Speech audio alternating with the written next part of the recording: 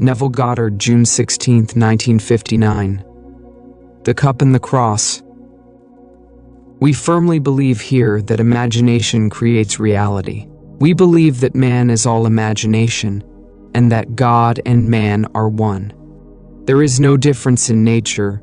The difference, which we recognize, is in the degree of intensity of the operative center of imagining itself. We are keyed low. When keyed high, an imaginative act on our part would be an immediate objective fact, but keyed low it must be realized in a time process, but it cannot fail. If we remember the act and remain faithful to that act, a man can be what he wants to be in this world. No matter what you have done, you are one with God, and you are all imagination. We will turn now to the Bible, Acts 5. Peter is made to say, "We must obey God and not man." And those present were angry to the point of which to do the disciples harm. But there was one among those who heard him, a teacher, a Pharisee, who said, "Do not kill them, for if this teaching or this work be of men, it will come to naught.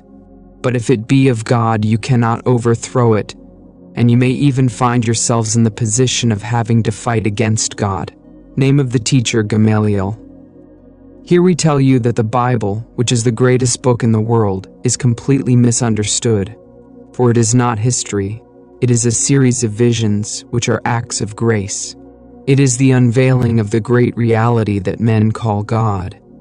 Matthew, "O my Father, if it be possible, let this cup pass from me. Nevertheless, not as I will, but as thou wilt. And he cometh unto the disciples, and findeth them asleep, and saith unto Peter, What, could ye not watch with me 1 hour? And again he said, If this cup may not pass away from me except I drink it, thy will be done. And he came and found them asleep again. You think that an individual 2,000 years ago went through an agonizing, frightful experience to save the world. No. The story is all about you. You are the being spoken of. The central figure of the Gospels is that presence in man, which is man's own wonderful imagination. But at the very limit of opacity in which it functions in this world, it is called the death of God. For to make man alive, he had to completely forget that he is God. The awakening of man to the height that is God will come, and our purpose for being here is to learn how to awaken. Cup means to imbibe, and he is called in the Bible the wine bibber, he who drains the cup. The man who said, "Do not touch them," etc., was Gamaliel, which comes from a word meaning to wean, as a child is weaned, so now it is able to go out and feed on other food. We are here to mature and to be weaned from what we have formerly thought was true. Years ago I was sent to do this work that I am doing. I was told, "Go and down with the blue bloods." It means the traditional state. We speak of blue-blooded horses, blue-blooded people, meaning the fixed and accepted states. I was told to go out and tear down all the traditional misunderstandings of the greatest story ever told to man. It is not history. It did not take place in space or time. Go and tell them the story of Christ Jesus in man. If it be possible for this cup to pass from me, let it pass. But if I must drain the cup, I will do so. What is it I must do? I tell you that the story I have come to give you is the story of revision. You see a man, and he looks as he should not look to anyone in this world. My senses reveal him as he appears to me and others. I am confronted with the cup. Must I accept that appearance and perpetuate it in the world, or must I revise it and nail myself on the revised image? I must. So, I am crucified with Christ, yet not I, for Christ liveth in me, and the life I now live, I live by the faith of the Son of God who loved me and became man. So each time I see another as he should not be, I am confronted with the cup, and I must now imbibe to the fullest and become the wine bibber, and so yield to the image and so live by it that I see this man now as he should be. I must drain the cup. I must crucify myself on that image, even if I do not live long enough to see it resurrected, for it will be resurrected. Crucifixion without resurrection would be the very triumph of tyranny. There must be resurrection, for I will awaken, and so will you. Not one will fail to awaken. And then we will take every being in this world and take the ideal of that being, and so yield to it that we nail ourselves to that imagined state and remain faithful to it, so that no matter how long it takes, it will be done. That is the cup you and I are called upon to drink. It is offered to you tonight, not years ago. You drink it for yourself or for a stranger. The man you want to be, that man you will be, if you will nail yourself to that state. That is reality. It seems crazy. Men reject the teaching of Christ and of Christianity, for the churches have no concept of this teaching. It has nothing to do with ritual. We conquer only by the sword of forgiveness. Identify the other with the ideal that he has failed to realize, and to the degree that you do it, you have truly forgiven him. Though as yet no one sees him as you now see him, still if you walk faithful to it, you will make it real in your world. Do it for everyone. Everyone is immortal. He is not contained in this little body. I am not. You are not. I am scattered over all my Father's visible and invisible universe. So, reject me here, and you will find me there. So I must in my mind's eye resurrect you, and you must in your mind's eye resurrect me. Not one can be left behind. For we are all scattered, and we must gather that which is scattered into the perfect body that my Father saw when he became it. So he became alive by nailing himself here on Golgotha, which means the skull. Here is where he is crucified, and the measure of awakening is measured by my awakening you in me. So, no matter what anyone has done, it was only in a nightmare. I will represent each to myself as my Father saw him, and to the degree that I lift each up within me, will the veils be removed, and God's eye will open, and I will see the perfection of everyone in the world. There is no place that you are not, and I am not, for you are infinite and scattered all over God's universe. I cannot run away from you, so I must face you here and see you as you should be seen. And, walking in that state, I lift it up. Now we can do it in other ways, the practical ways. What I am telling you now belongs to a higher level of being, but take it on a lower level if you wish. A job or a home or money or health, whatever your need is. We are entitled to it, for God gave it to us. For you and I are citizens of heaven. I was actually sent to this sphere to tell you that no matter what your race or your background is, you are a child of God. Down with the blue bloods, the old traditional fixed beliefs. No matter who tells you otherwise, their concept is completely wrong. Every man living is God made visible, black, white, red, or yellow. Man goes through different stages of awakening. Do not think because you are wearing a light pigment that you are more awakened than one wearing a darker skin. Listen to them, Gamaliel said. And it means to wean, to ripen. If what they say is of men, it will fail. If it is of God, you cannot stop it, and you may even find yourselves opposing God. I know what I say is true. You can prove it. You can take anyone in your world and represent him to yourself, as he would like to be. Take an incorrigible child and bring him before your mind's eye, and see him as you would like to see him, and he will embody that state. Revision is the most practical thing in the world. The story of Christ is the story of revision. But the world does not understand because it was told in a parable. It is told in the story of the unjust steward, which I have given you before. I know what the day revealed to me. Change the day. Can you change it? I was just reading this masterwork on psychology which claims the past has ceased to be, but influences the present through memory. So it is said in this wonderful work that it has ceased to act save through the gathered experiences stored as memory. It cannot be acted upon. It has not ceased to be at all. The sentient are not now in these states. A man who went through a gas chamber is no longer going through it. The forms remain, and the day will come when they will see that he never went through a gas chamber. There are many forms of the remembered past. Revise. Go back to your second year, if you can remember that far, and take any incident and change it and represent it to yourself as you wish it had been, and living in it you will change your entire world now.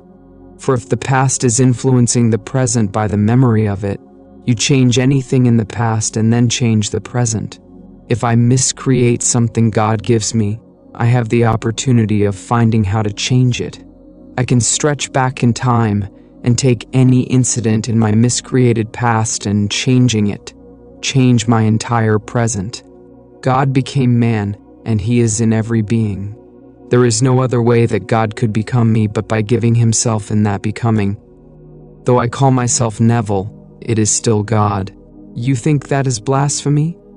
I do not care what you think.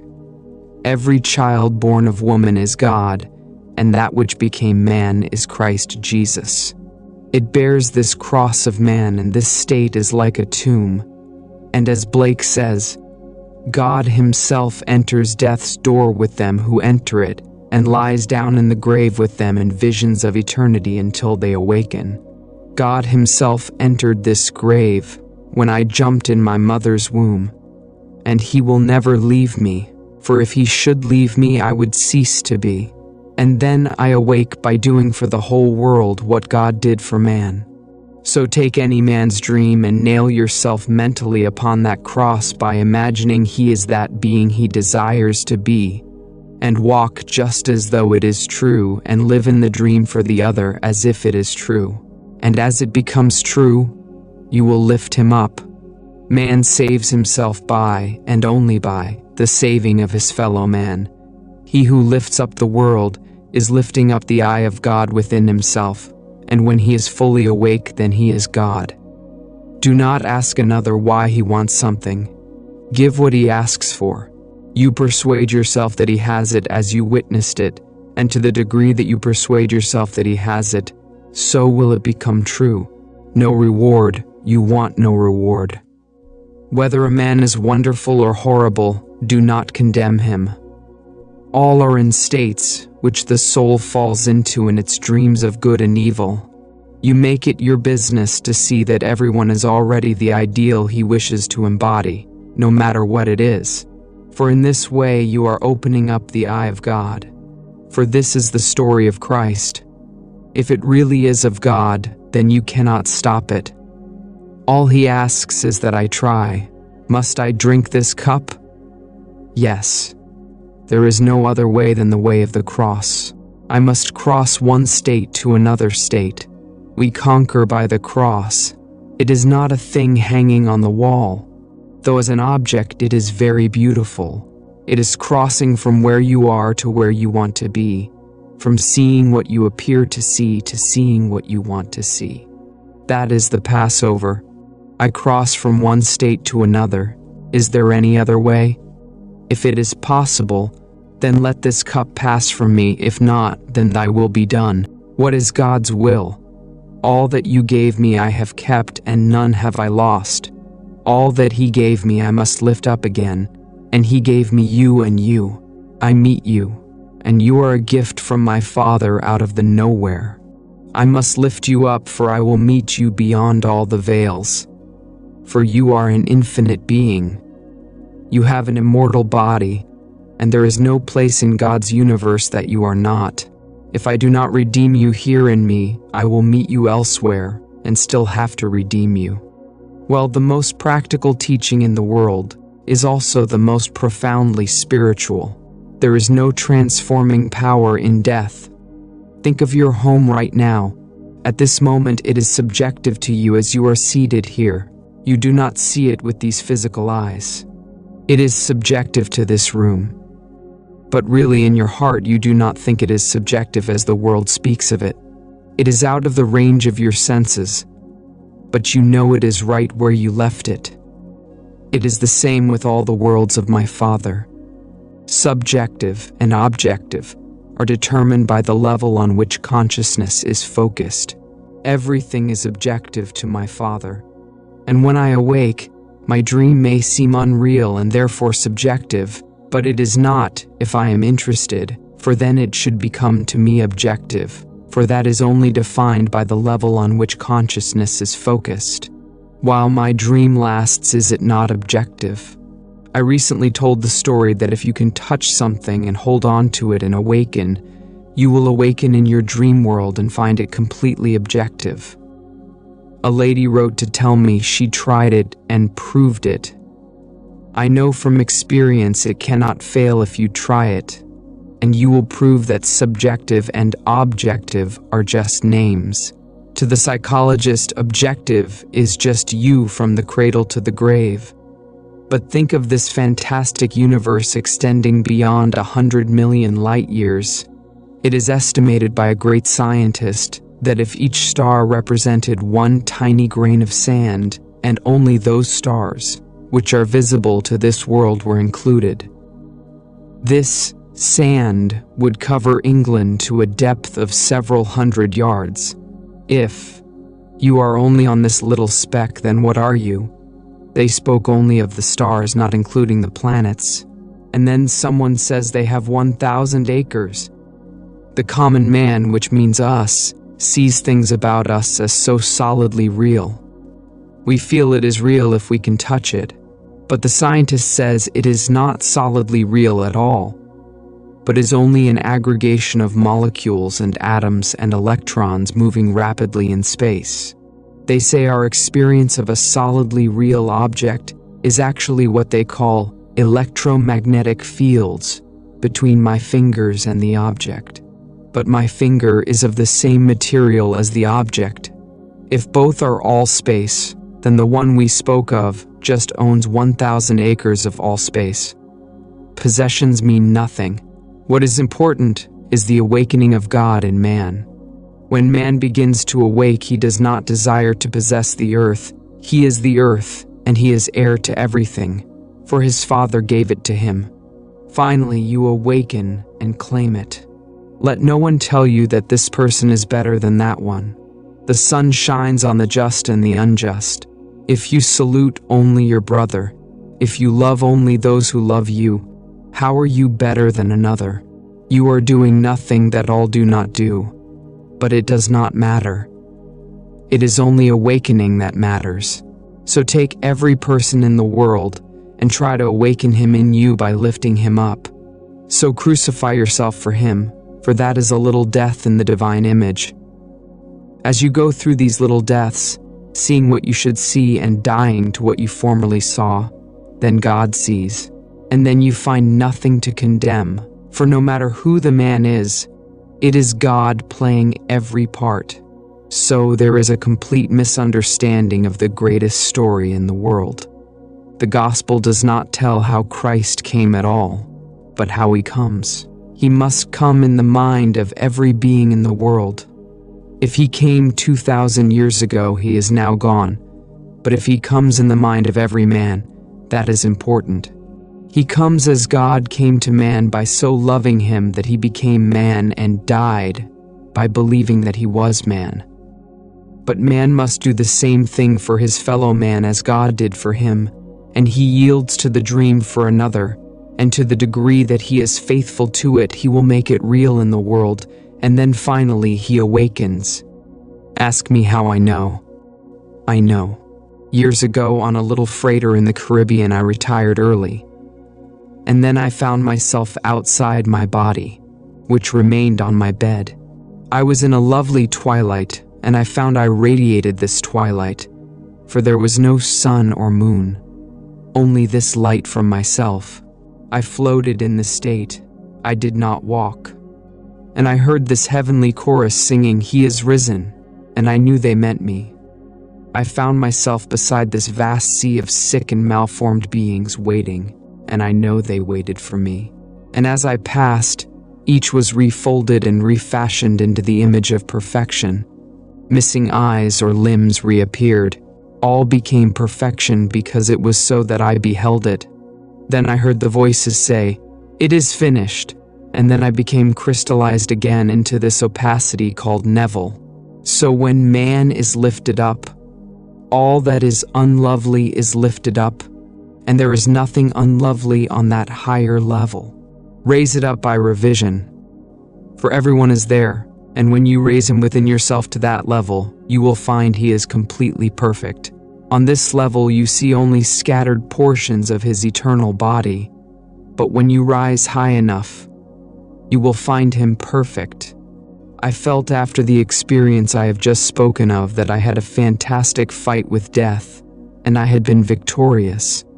What formerly was unlovely I had overcome, and in overcoming I had lifted every being with me. I know it is not a unique experience, for on a certain level every being is perfect. You rise to that level as you lift up another within you, for there are no strangers, there is only God. For God became man that man awakening may become God.